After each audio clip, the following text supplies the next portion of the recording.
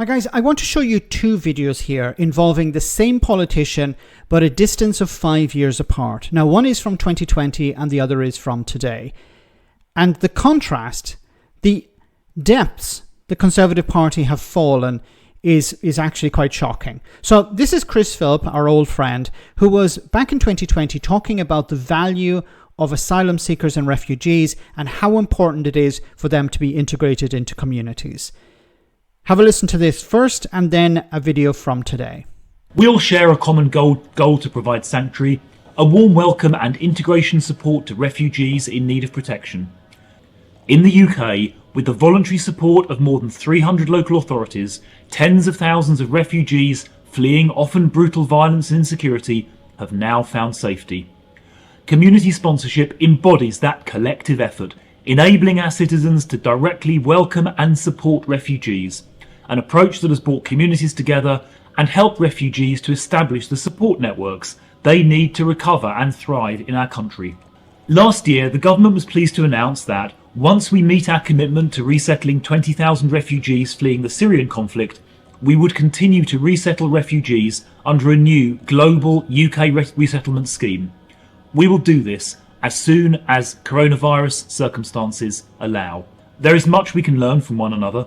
The families resettled with sponsors are thriving in the UK, and we consistently hear how sponsorship has changed communities for the better, bringing people closer together. Community sponsorship is special. I'm promising you now, this is not AI, this is not a fake video, this is actually real. This is from 2020 and this is Chris Philp talking. I know it's shocking, it's like, what the hell, who the hell is this individual? How have things changed in just 5 years? So this is Chris Philp from today and contrast it with Chris Philp from 2020. You've clearly, I assume, changed your mind. You opened the Bell Hotel for asylum seekers without consulting local people. No, well, you didn't consult them, and now you say they should be consulted. So, OK, if you've changed your mind and you want a new policy, where do they go? There are 32,000 people currently in hotels.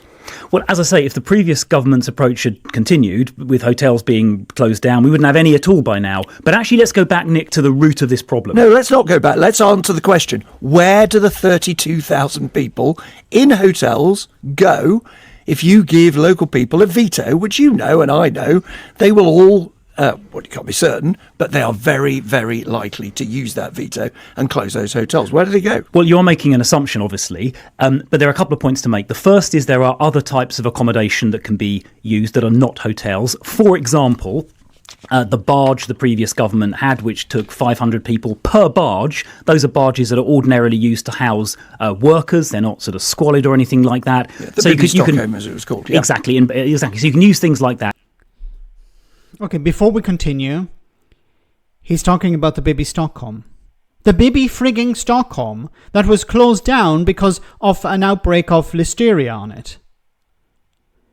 Was it listeria? It was an outbreak of some disease anyway. And it had to be shut down. It also didn't house 500 people. It was nowhere near that. But let's say, for the sake of argument, you're able to get a barge and put 500 people on it. You'd need 64 barges. Like, there was trouble with the barge also where to dock it because people were protesting outside. We don't want this baby Stockholm barge in our area. Like many people don't want the asylum seekers in their area when it comes to hotels, which the Conservatives put people in the first place. You know, he said there's an alternative to hotels, but he hasn't mentioned the community.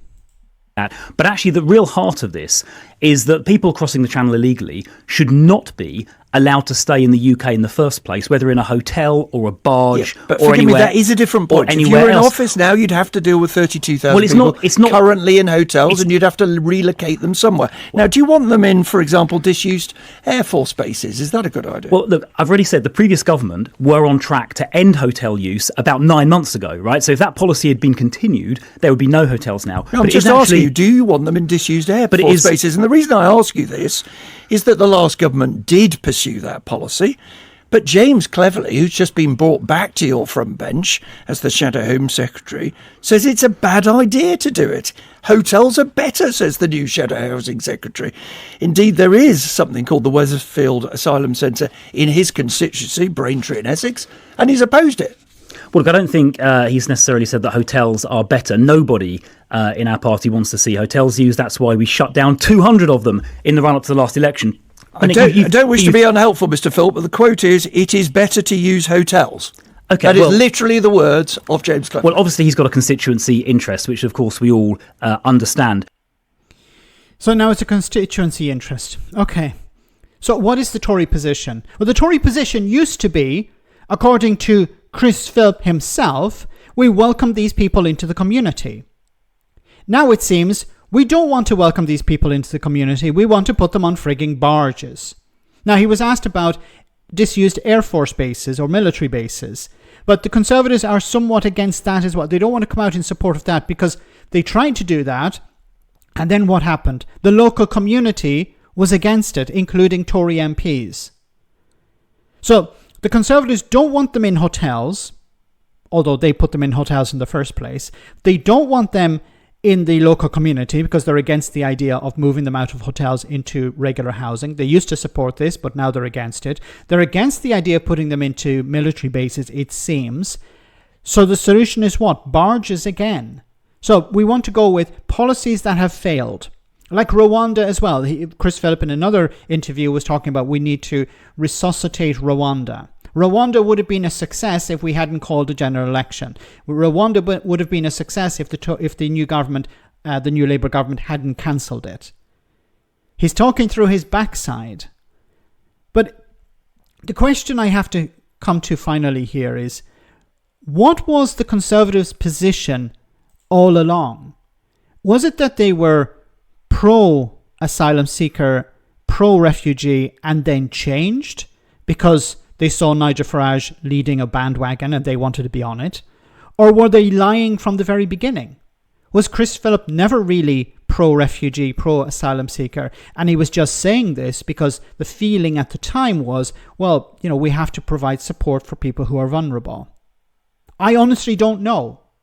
Maybe you in the comments can inform me, can educate me on this, because I honestly do not know. Was the Conservative position was it in the past, we respect refugees, we want to provide them